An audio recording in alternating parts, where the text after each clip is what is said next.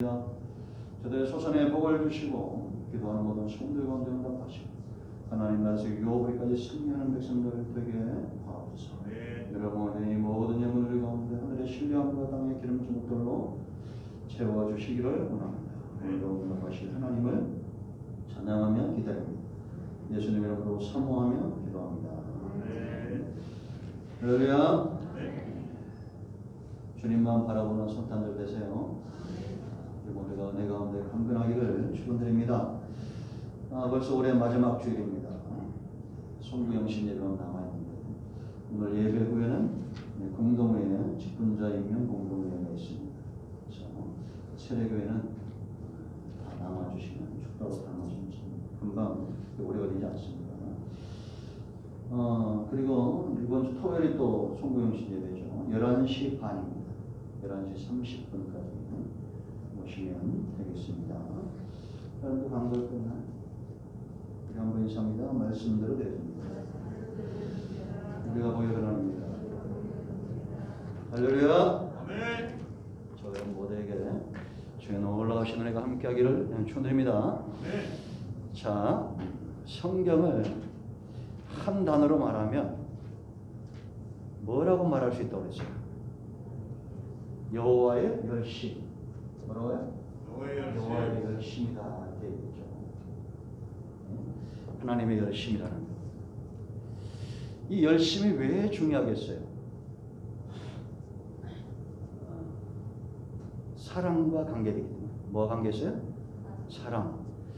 사랑하면 열정이 있습니까? 없습니까? 사랑하면 열정이 있죠.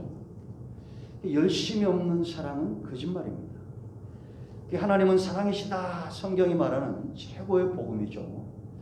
하나님 뭐라고요? 사랑이시다라는 겁니다. 열심이 있다는 겁니다. 아멘. 여러분, 하나님이 열심을 내실 때 가장 중요한 사건을 들라면 바로 독생자 예수님을 이 땅에 보내신 겁니다. 아멘. 왜 보내셨어요? 저와 여러분을 죄와 사망에서 건져내시기 위해서 보내신 거예요. 아멘. 죽는 자리에 내어놨다는 겁니다. 저는 아마 10,000번을 깨어나도 우리 아들이나 딸을 이렇게 죽는 자리에 못 내놓을 겁니다. 근데 하나님은 독생자 예수님을 이 땅에 보내신 날입니다. 제가 이제 학교에서도 이번 성탄 예배를 드리면서 세상 사람들이 성탄절을 맞이하는 것과 믿는 자들이 성탄절을 맞이하는 것은 너무나 다른 거예요. 우리는 성탄절을 지나면서 주님을 깊이 묵상하죠. 주님이 왜 이렇게 오셨을까? 그리고 내가 과거 예수님 때문에 받았던 그 사랑 때문에 감사하는 그런 기회가 되죠. 여러분, 오늘 이 말씀은 우리가 성탄절마다 아주 이야기하고 또 설교 때마다 많이 또 인용하는 그런 구절인데 예수님을 만나기 전과 예수님을 만난 후가 완전히 다르다는 겁니다. 하나님께서 아들 예수님을 이 땅에 보내셨는데 예수님이 오기 전에는 1절과 2절 말씀 보면 흑암에 행하고 있었다라고 말합니다. 흑암에 행하던 백성들이 큰 빛을 보고 그늘진 땅에 거하던 백성에게 큰 빛이 비쳤다라는 겁니다. 아멘. 그래서 요한복음 8장 12절에 예수님 뭐라 말씀하셨어요? 나는 세상의 빛이니 나를 따르는 자는 어둠에 다니지 않을 거다. 그 세상은 빛과 어둠이 아직은 공존하고 있는 겁니다. 어둠의 악한 세력들이 있는 거죠. 사단의 악한 영들이 있습니다. 이걸 우리가 너무 겁낼 필요도 없지만 그렇다고 해서 너무 무시해도 안 됩니다. 어둠을 이기는 유일한 것은 뭐예요? 빛입니다. 그죠? 빛이 아니고는 어둠을 이길 수가 없습니다. 그러니까 항상 성도는 빛 가운데 노출이 되어야 됩니다. 그래서 빛이 있는 곳에 어둠이 견딜 수 없고 어둠이 있는 곳에 빛은 그 능력이 더 강력하게 나타나는 겁니다. 아멘. 예수님이 이렇게 말씀하셨어요. 그리고 예수님이 또 뭐라고 말씀하셨냐면 우리가 잘 안 들어 마태복음 11장 31절에서 수고하고 무거운 짐진 자들아 다 내게로 오라 내가 너희를 뭐라 했어요? 쉬게 할 것이다. 그래서 5절 6절 말씀 보면 무겁게 맨 멍에를 꺾으신다. 미디안의 날같이 전쟁에서 승리케 되는 이런 삶을 산다는 거죠. 우리가 이길 수 없는, 감당할 수 없는 이 어둠과 멍해와 영적인 전쟁에서 승리를 하시기 위해서 하나님의 열심이 예수님을 이 땅에 보내신 것으로 나타났다라는 겁니다. 아멘. 그러니까 저와 여러분은 어떤 존재예요? 하나님의 열심에 붙들림 받은 존재입니다. 아들까지 주시면서 저와 여러분을 구원하시고 우리를 붙드셨는데 하나님이 다른 것들을 안 주시겠어요? 절대 하나님의 나라를 위해서 하나님의 백성들을 포기하지 않는 열정이 하나님에게 있다는 거예요. 지나온 모든 세월들 하나님의 열심이었습니다. 앞으로도 하나님의 열심인 것을 믿습니다. 아멘. 그런데 이런 예수님이 오셔가지고 우리의 어둠을 몰아내고 멍해를 꺾으시고 전쟁에서 승리케 하시는데 이 예수님에 대해서 잘 표현하고 있는 구절이 바로 6절과 7절입니다. 5가지 이름을 이야기하죠. 첫째는 뭐라 했어요? 기묘자 됐습니다. 뭐라고요? 기묘자. 이건 놀랍다 그런 뜻입니다. 놀라우신 분이라는 것. 여러분, 우리가 예수님이 하신 말씀들을 보면 성부, 성자, 성령의 역사가 성경에 기록되어 있는데 하나님의 입에서 나오는 말씀들이 놀라운 것들이죠. 인간의 머리와 인간의 어떤 지식이나 능력으로 해석되지 않는 것들이 참 많습니다. 그냥 놀라울 뿐입니다. 예수님 뭐라고 말씀하셨어요? 나는 생명의 떡이라고 말하는 거예요. 그죠? 나는 부활이요 생명이니 나를 믿는 자는 죽어도 살겠고 라고 말합니다. 나는 선한 목자다. 아멘. 내가 곧 길이요 진리요 생명이니 나로 말미암지 않고는 아버지께로 갈 자가 없다. 우리 친한 친구 어머님이 이제 참 돌아가신다 이렇게 했는데 1년이 넘어서 이제 그렇게 돌아가셔서 제가 이제 발인 예배를 하고 왔어요. 전체 뭐 아들이 목사니까 쭉 하다가 그래도 한 번은 예배를 드리자 뭐 이렇게 얘기가 나와서 제가 갔습니다. 가서 이제 예배를 드리는데 저는 물론 이제 예배도 되지만 장례 예배 때가 되면 아주 하나님의 역사가 강한 것을 느낄 수가 있어요. 한 30여 분 가족이 많더라고요. 그래서 딴 거 하지 않았습니다. 늘 하듯이 전도 설교를 한 거예요. 근데 제일 큰 형이 예수를 안 믿어요. 그래서 얼마나 그냥 힘있게 말씀이 나가는데 제가 어제 은혜를 흠뻑 받고 왔습니다. 여러분, 예수 믿지 않는 사람들이 다 바보가 아닙니다. 똑똑한 척하지만 예수 믿지 않는 사람만큼 미련한 인생이 없어요. 그죠? 성경대로 말하면 어떻게 여러분 우리가 돌덩이 나무를 깎은 거에 가서 절하고 경배하고 우리의 소원을 말할 수 있겠습니까? 그 나무로 이사야 44장 말씀을 보면 나무를 갖다가 밥도 해먹고 등도 따시게 하고 또 그 나무로 형상을 만들고 절을 달라고 한다는 거예요. 왜냐? 사람이 어리석게 되었다는 거예요. 그 심령이 어리석게 되어가지고 이런 망령된 행실을 하고 있다라고 말하죠. 하나님의 택한 백성들은 하나님께 반드시 돌아올 것을 믿습니다. 여호와의 열심히 일을 이루시는 거예요. 예수님이 이 땅에 오셔가지고 기묘자 놀랍다 이랬는데 그 입에서 나오는 모든 말씀들이 다 놀라운 것들이죠. 세상 사람들은 그 누구도 하지 않았던 세상의 어떤 신들도 약속할 수 없었던 것들을 하는 것. 예수님만이 우리의 구주가 되시고 탄생부터 이제 남아있는 재림까지. 그래서 우리가 동정력 탄생 그러죠. 그러니까 이거를 역사적으로 보면 무슨 동정력 탄생이 이게 말이 되지 않는다라고 이건 진리가 아니라고 주장했던 많은 사람들이 있어요. 근데 이 사람들이 정말 놓치고 있는 것이 하나가 있어요. 믿음이라는 것은 뭐라고 있습니까? 성경적 믿음은 선물로 주어지는 겁니다. 에베소 2장 8절에. 그러니까 막 내가 연구하고 뭘 조사하고 이래서 생기는 것이 아니라 선물이라는 것은 저절로 믿어지는 거예요. 우리 안에. 우리는 동정의 탄생에 대해서 의심이 돼야 안 돼요? 안 되죠. 하나님이 순전한 죄 없는 죄인은 대속의 제물이 될 수 없기 때문에 동정녀 탄생으로 이 땅에 오신 거예요. 순전한 어린 양. 우린 이것이 믿어지죠. 예수님의 사역을 보시면 가는 곳마다 놀라운 일들의 연속이죠. 병든 자가 치유되고 죽은 자가 살아나고, 아멘. 어둠에 행하던 백성들에게 빛이 비치는 역사가 예수님의 사역 가운데 그대로 드러납니다. 이 십자가 보세요. 놀라운 사건이 안 놀라운 사건이에요? 놀라운 사건이죠. 그런데 이것도 고린도서 1장 18절 말씀 보면 이 십자가의 도라고 말합니다. 이 구원의 길인데, 이 도가 멸망받기로 예비된 자들에게 미련한 것이지만 구원을 얻는 저와 여러분에게는 이것이 하나님의 능력이다라고 말합니다. 아멘. 놀라운 사건이죠.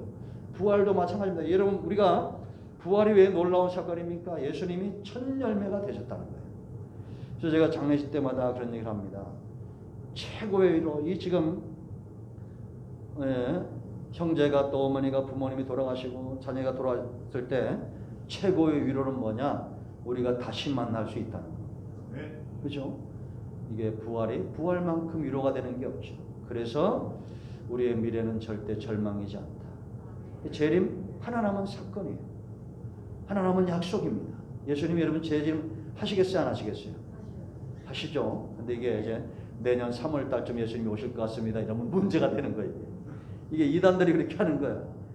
절대 그러지 않습니다. 뭐 지금 우리가 예배 드리는 중간에도 오실 수 있고, 그날과 그 시는 아무도 몰라요. 오직 하나님만 아시는 겁니다. 아멘. 그러나 정말 놀라운 사건들이, 탄생부터 재림까지 놀라운 약속들이고 사건인데, 정말 중요한 것 중에 하나는 뭐냐면 과거, 현재, 미래 하나님께서 저와 여러분 가운데 행하신 일들이라는 거예요. 우리는 과거에 지금까지 쭉 살아오면서 하나님의 은혜가 안 미친 게 있어요, 없어요? 없죠. 놀라운 일들이 있었어요. 그래서 간증이 있었고, 현재 우리가 살고 있으면서도 하나님의 은혜 중에 이 역사 가운데 거하고 있고, 미래도 하나님과 더불어 우리가 함께할 것을 믿고 있습니다. 그래서 절망은 없어요. 요즘 그 손흥민의 아버지가 누굽니까? 손정욱이죠. 이분 그 말이 어록이 아주 유명한데, 미래를 보지 못하는 자는 오늘 절망한다는 겁니다. 예? 그러니까 미래가 보이는 사람은 오늘 절대 절망하지 않는다. 뭐 신앙인들이 할 만한 말이죠. 우리의 미래는 밝습니다. 절대 절망하지 않습니다. 두 번째, 모사 그랬습니다. 모사. 이건 상담자다라는 거. 보혜사, 성령, 우리의 상담자죠. 전도. 예? 전도자고 상담자. 여러분, 이 상담자가 왜 중요하냐면, 여러분 그 의사 선생님들 만나봤죠? 저도 이제 목사가 되면서 이사 가면서 좀 이게 하나 병이 있는데, 어디가 자꾸 설교하려고 하는 거예요. 의사한테 가서도 의사가 앞인데 제가 생각하기에는 이렇게 안 좋은 것 같습니다. 그랬더니 이렇게 쳐다보더라고. 그럼 병원에 뭘 얻을까 싶은 마음으로. 근데 여러분, 의사들에게 제일 중요한 게 뭐 같아요? 우리가 이제 병이 걸려서 병원 가면 그 의사가 나한테 해줘야 될 최고의 첫 번째 그 치료 방법이 뭐라고 생각해요? 진단을 잘해야 돼요. 뭘 잘해야 돼요? 진단을 잘해야 돼요, 안 해야 돼요? 진단을 잘 해줘야 됩니다. 근데 여러분, 세상의 의사들은 진단을 하다가 오진을 합니까, 안 합니까? 오진하죠. 우리 신현수 의사님도 저쪽 동네 병원에서 1년간 엉뚱하게 오진을 해가지고 낫지 않아서 가니까 이제 암이 됐죠. 지금 잘 되고 있어요. 항암 안 해도 되고 이제 보식하고 있는데 금방 오실 겁니다. 이 오진이 얼마나 무서운 겁니까? 이 잘못 진단해가지고 죽는 경우도 있잖아요. 그런데 예수님은 절대 저와 여러분을 잘못 진단하지 않습니다. 요한복음 3장 6절 말씀 보면 베데스다 연못가에 38년 된 병자를 보시고 하셨다라고 말합니다. 그리고 3장에서 이 니고데모를 만날 때 예수님께서 니고데모의 속에 있는 정말 뭐가 필요한지 그걸 아셨어요, 몰랐어요? 아셨어요. 4장에서 수가성 여인의 중심을 꿰뚫어 보시는 주님이죠. 철저하게 나다나엘을 만났을 때도 이 사람이 참 이스라엘 사람이라고 말하죠. 그 중심을 아시는 겁니다. 내 중심에 필요한 것을 아시기 때문에 나를 세우실 수 있는 분이에요. 모사. 세 번째, 전능하신 하나님. 이 나라의 왕은 능력이 있다라는 겁니다. 근데 중요한 것은 이런 능력을 가지고 무엇을 하느냐가 굉장히 중요하죠. 여러분 지금 우크라이나하고 러시아하고 뭐의 싸움 같아요? 능력 싸움이죠. 그러니까 우크라이나가 좀 딸리는 것 같으니까 자꾸 어딜 찾아갑니까?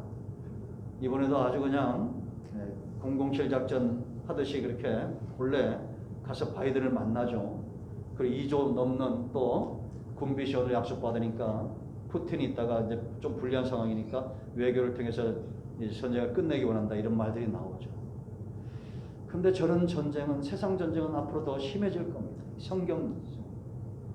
하나님이 온 땅을 전쟁과 기근과 이런 전염병들로 흔들면서 이 공력을 통해서 택한 백성들을 찾아내시는 거예요.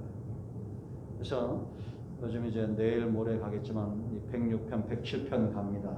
시편이 은혜를 많이 받는 분들이 있는데 제가 은혜를 많이 받으면 또 은혜를 받는 것 같아요. 그거 보면 성도의 삶이 이렇게 어렵지가 않습니다. 하나님께서 은혜 줄 때 그 말씀을 싫어하면 고통 가운데 가게 되고 그때는 또 부르짖어야 돼요. 부르짖으면 하나님의 말씀을 보내 또 위기에서 건지시는 거예요. 그러니까 성도들이 어려움에 처하는 가장 근본적인 뭐냐? 하나님과 자꾸 멀어지는 겁니다.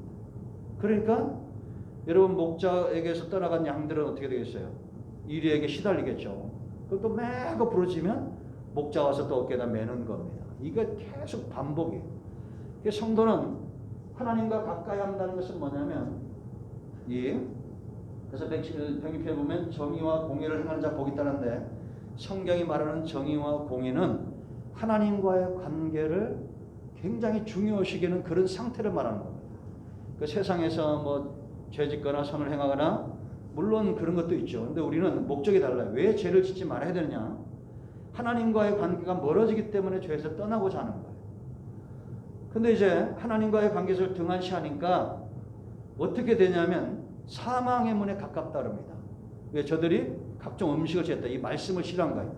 하나님과의 관계를 멀리하고 세상과 자꾸 가까워지니까 결국은 끝내는 뭐가 남느냐?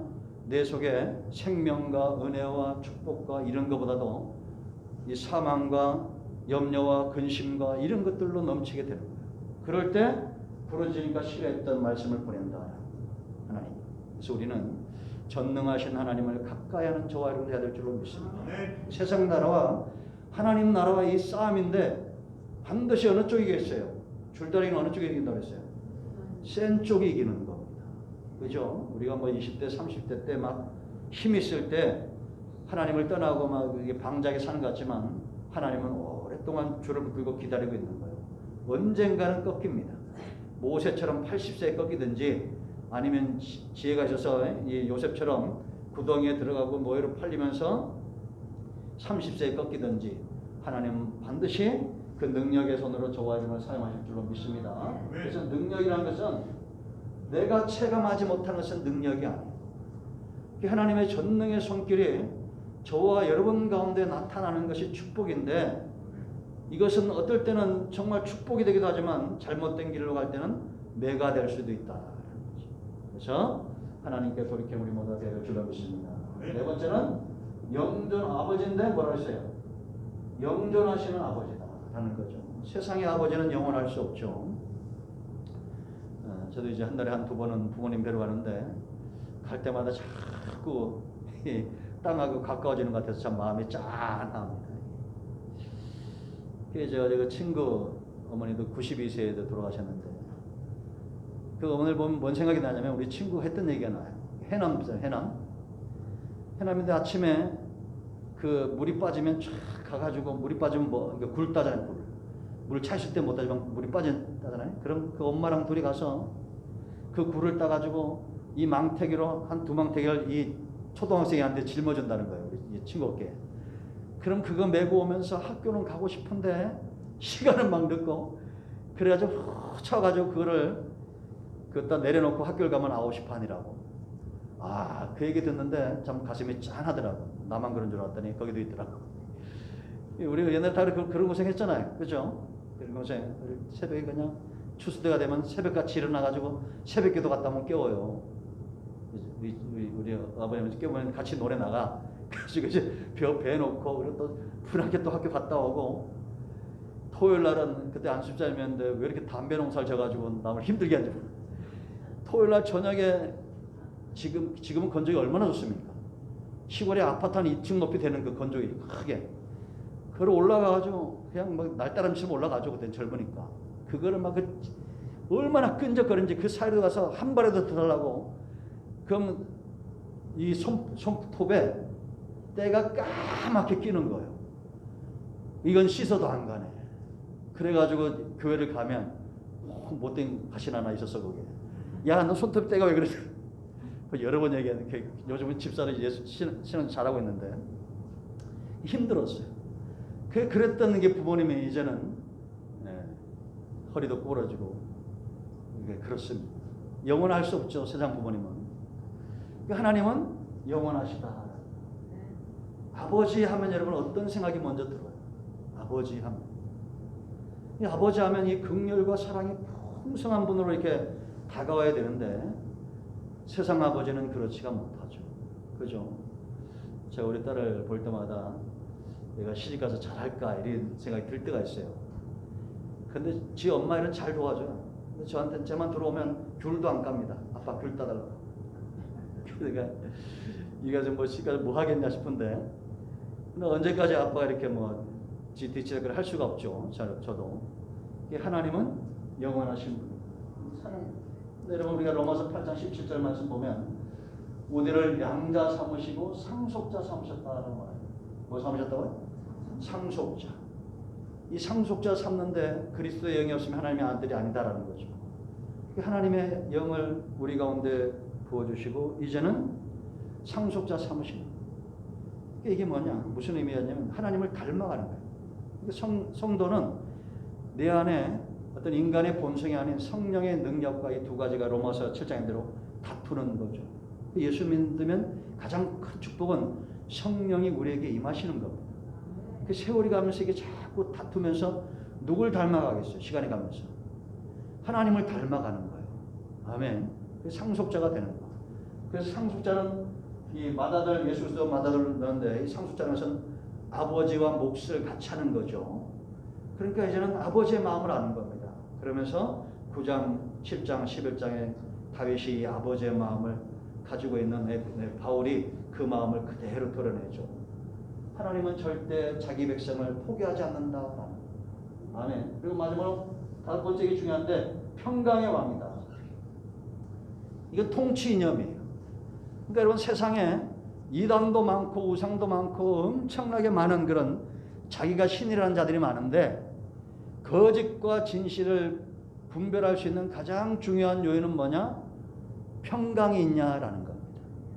이 빼앗길 수 없는 평안을 말하는 거예요. 그냥 우리가 보면 예를 들면 우리가 뭐 어디 이단에 빠지거나 해서 갔다. 그런데 그 평안이 영원하냐? 아닙니다. 제가 이 보면 열정은 굉장한 열정이 있어요. 그전에 보면 이게 기도원 같은 데 가면 막 눈물을 흘리고 막 그냥 그래서 제가 처음에 그건 모르고 속고 야, 이 사람들 참 대단하다 그랬더니 식당 가서 싸워. 네? 막 식판이 날아다니고 막 그러더라고. 그게 아니구나. 그런 걸 말하는 게 아니에요. 정말 진짜는 하나님이 주시는 평안은 내 안에 빼앗길 수 없는 평강이 있는 걸 말하는 거예요. 그러니까 이게 진짜다. 이게 하나님의 평안의 역사다라는 거예요. 이런 주님을 만나는 저와 여러분 되어야 될 줄로 믿습니다. 그래서 이 성탄절날 세상 사람들은 다른 거 보지만 우리는 주님께 집중하는 거예요. 내 안에 흑암과 내 안에 멍해와 이 하나님 나라를 창성하게 오신 예수 그리스도에 집중하는 우리 모두가 되기를 축원드립니다. 기도합니다. 회복을 기도합니다. 오른손을 가슴을 주시고 주의 놀라우신 사랑과 은혜를 인하여 감사합니다. 하나님 오늘 이 말씀대로 되기를 원합니다. 우리 가운데 오신 이 예수님을 우리가 깊이 묵상하는 이 날 되게 하시고